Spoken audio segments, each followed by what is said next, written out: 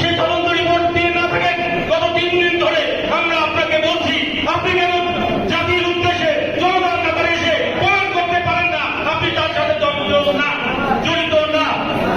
তাই আবার আজকে বলতে চাই, জনাব নাসিরুদ্দিন আহমেদ পিন্টু ভাই আমাদের নেতা, তার ছেলে নাম এখানে উপস্থিত আছেন, সে বলবে উনি তখন অসুস্থ, কর্মীদের নিয়ে বিডিআরের আশপাশে মিছিল করেছে।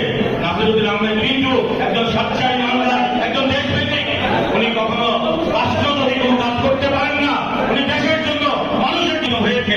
তাই আজকে আমি আর বক্তব্য দীর্ঘায়িত করবো না, আমি একটি কথা বলতে চাই,